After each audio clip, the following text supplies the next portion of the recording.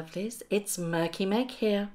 It's Thursday the 16th of September and boy oh boy have we had some fun. If you don't already know, Harry and Meghan have been listed as Time 100 most influential people of the moment. Yes, that's right, they're on the front cover of Time. Now, it's no real surprise because rumour has it that they've had to pay for this. And it's not confirmed, it's simply a rumour. But the figure that's being bounded around is $1.5 million that they have paid to put this picture on the front cover of Time magazine. How ridiculous is this? It is so heavily photoshopped that social media has had a meltdown. Not in a good way. People are mocking them. People are ridiculing them. People are calling Harry the hostage, which I think we've all been bounding around for the past, 2.5 years now? I'm going to show you my favourite tweets. Now, a lot of blue ticks, which basically mean they're people of interest, which I now have. Woohoo! I've got my blue tick on Twitter, have been retweeting the Time post on Twitter in the most spectacular ways. This picture has been memed to high heaven. If you don't know what a meme is, basically it's a parody, it's a satire, taking the absolute rip out of it. And since it dropped yesterday, it just went into meltdown. This is my favourite. Honestly, so many people have retweeted this and it's got over 70,000 likes as well. I'm going to try and say this or read this out without laughing, but I don't think that's possible. This looks like Harry is her hairdresser and he's looking into the mirror explaining what he did to her layers. It's true though. It's so true. It's like, so are we happy with our hair? Putting a hand on the shoulders. Do we like it? Shall I show you the back? Genius observation. Now, I know that wasn't a blue tick, but it was so amazing that I let that one off. There's another one by Derek Hunter. Now they've got 48,000 followers. He says, they don't run towards bleep. They sit in a walled-off mansion in a gated community and only make scripted public appearances at events their publicists deem good for their brand. Very good observation. Jack Posobiec, who is a senior editor at the Human Events, and he has 1.4 million followers, said body language, and he's absolutely right. The body language in this photo and subsequent the other two photos, which are equally as hilarious, is it doesn't feel right. It feels all out of proportion. But I will talk about that in a little bit later on. I just want to go for a few more memes because I'm having so much fun with this. I've literally been chuckling to myself all evening last night and into the early hours of the morning. Now, Omid Jalali, who has been quite vocal in his satire and parody posts of Meghan and Harry over the past couple of years, has said, I wish Harry was my hairdresser. Another one, Zara Rahim, said, why is this Bella and Edward? And that's getting tweeted quite a lot. They're comparing this photo to the Twilight photo. Genius connection. Another one with a very large following on Twitter, who is Jessie Kelly, said, I've been looking at this picture for a few minutes now, and it makes no sense. She has no pockets in that outfit, so where is she keeping Harry's balls? Chicks on the right said, I'm sorry, but this picture is so ridiculous, it legit made me laugh out loud. Harry Maxwell, I remember my first Facetune. Now, if you don't know what Facetune is, it's an app that you can Photoshop your pictures and just completely change your appearance and Photoshop as if you are an editor. Oh, interestingly though, Harry Maxwell has had to protect his tweets. And do we need to ask why? He's probably got trolled by the sugars and he's had to protect his account. Tut, tut, tut, tut, tut. Do you know, it's been so much fun reading these. Greg Price from the Daily Caller said, this guy killed terrorists in Afghanistan and ended up getting cuckolded by Rachel Zane from Suits. Michael Knowles, who is the host of the Michael Knowles Show, just simply put, yikes. Of course, we have one from Candice Owen. I honestly cannot, she says. The live emasculation of Prince Harry continues. I would never want my husband to be embarrassed like this in front of the world. It's just so pathetic. And my final one, I promise, It's from Matt Walsh, who has his own podcast called The Matt Walsh Show. Said Harry crouching behind his wife while grabbing onto her shoulder is the perfect representative of the modern beta male. The man has just been absolutely neutered. A sad display. The media loves it. And that is a very good point, which leads me very nicely into the positionings of the body languages. What this photo says about the dynamic as a couple. Now, these are my observations and observations that I read on Twitter. If you look at the symmetry of the photo, Meghan is bang in the middle, straight down. She is at the forefront. It's the one that you see first. She's all in white. She seems to be the one that is glowing in the alpha pose. It's called a power pose. She's there and she commands. In the background is her husband. Now, people have been saying, obviously, the sugary side of the world, well, it shows them as the power couple. They're equals. He's down on her level. No, it shows him as submissive, plain and simple. She is the only one that your eye draws to. And then you suddenly notice, oh, Harry's behind her.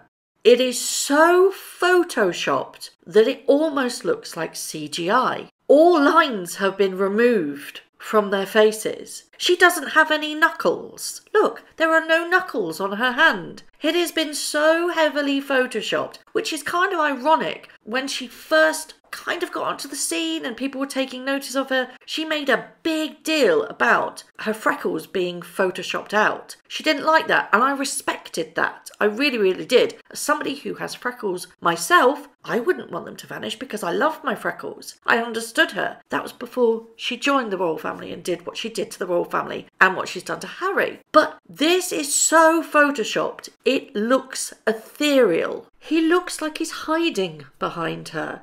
For some reason, he's kind of crouched down and to try and almost as if to say we are equals, but it doesn't work like that because he looks like he's shrunk. And in fact, somebody pointed out on Twitter, somebody who is amazing at body language, has said that his head has actually been photoshopped, shrunken. They have shrunken his head. Now, I just want to refer to this amazing body language person on Twitter. He is called Jesus Enrique Rosa. Now, he said everybody knows that Harry is way taller than Meghan. Why the need to picture them the same size? He's also hunched, and his visible hand is more protecting himself than grabbing Meghan. His left hand isn't even on her waist. He's not protecting. He's hiding. He then goes on to say, there's also the amount of space that each of them use in the frame. Even Harry being taller, with a wider frame, they managed to make Meghan have a wider presence in the photo. Not to mention the high contrast white. Harry almost fades into the background. He continues that no, the more than obvious triangle shape of Meghan doesn't have to do anything with the Illuminati. It is the symbol of ascension. Notice that you can see both her legs, but only one from Harry. These symbols make him seem earthly and unbalanced, and her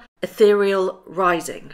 Women and men are yin-yang, each with their own mix of masculinity, femininity. Feminists of the toxic, frustrated type believe that men have set out to neutralize them, so they think that the only way to rise is to emasculate us. This is the agenda behind this kind of message. Now check this out, he says. The proof that Harry's head was literally shrunk to fit Meghan's head size. What you see is a non-doctored photo of them. That's the actual size of their heads. If we use Meghan's features as a guide, you'll see that Harry's head was shrunk. Since some of you are calling BS on the previous photo reference, well, there's another side-by-side with an unequivocally side-by-side Meghan and Harry from Time magazine's photo shoot itself. So you tell me. So there we have it. You can see the lines that he's drawn. They have matched his head to fit her head, which makes no sense. Why would they have shrunken Harry's head? I mean, it's so photoshopped, it's unreal. Now, these are the other photos that were released in Time magazine.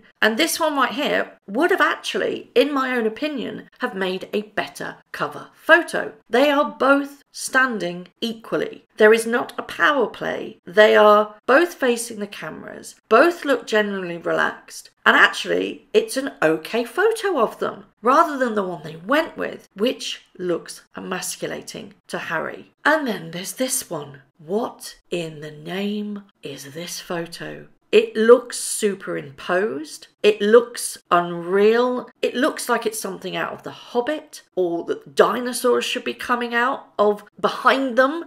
It looks ridiculous. Why are they both wearing heavy coats in California? No idea. But this looks like a CGI image even more than the other one did. And let's take a look at his hair. Shall we zoom in? Shall we? They've really made that bouffant. That's not Harry's hair. This is him in July at the Diana Unveiling Memorial. I don't like to body shame, I really don't. But in this case, I don't have an option. He is very receding. In the picture that was released for Time magazine, he looks like he's got a head of hair. Now, he's either wearing a toupee or they've backcombed the hell out of what hair he has left and stuck it upright on his head.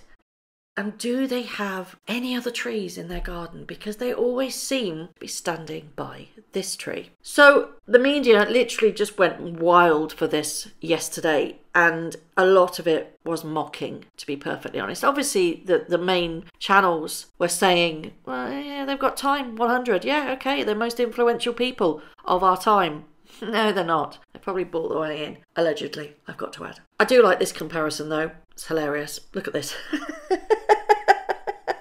Honestly, there were so many good ones. I had real difficulty picking the ones that I really wanted to use. But a lot of media are actually saying, what an awful photo. They look so photoshopped. And then some people are saying, well, you don't expect them not to be photoshopped on the cover of a magazine. We all know that people are photoshopped on the cover of a magazine. But most of the covers don't actually look photoshopped. This looks unreal. It looks completely CGI. It's beyond normal. The Time original tweet said, in a world where everyone has an opinion about people they don't know, the Duke and Duchess have compassion for the people they don't know. Compassion for the people they don't know.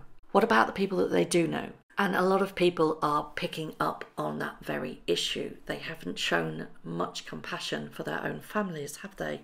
The only one that's really in their circle of trust or their circle of light is Doria, really, isn't it? And in this Time magazine, it kind of shines a light, one of her favourite words, isn't it? That they've done so much with Archwell. Well, have they really? I mean, they did the Genesis Women's Shelter Support. They did the World Kitchen. But, you know, the person that heads up the World Kitchen also wrote this particular article for Time.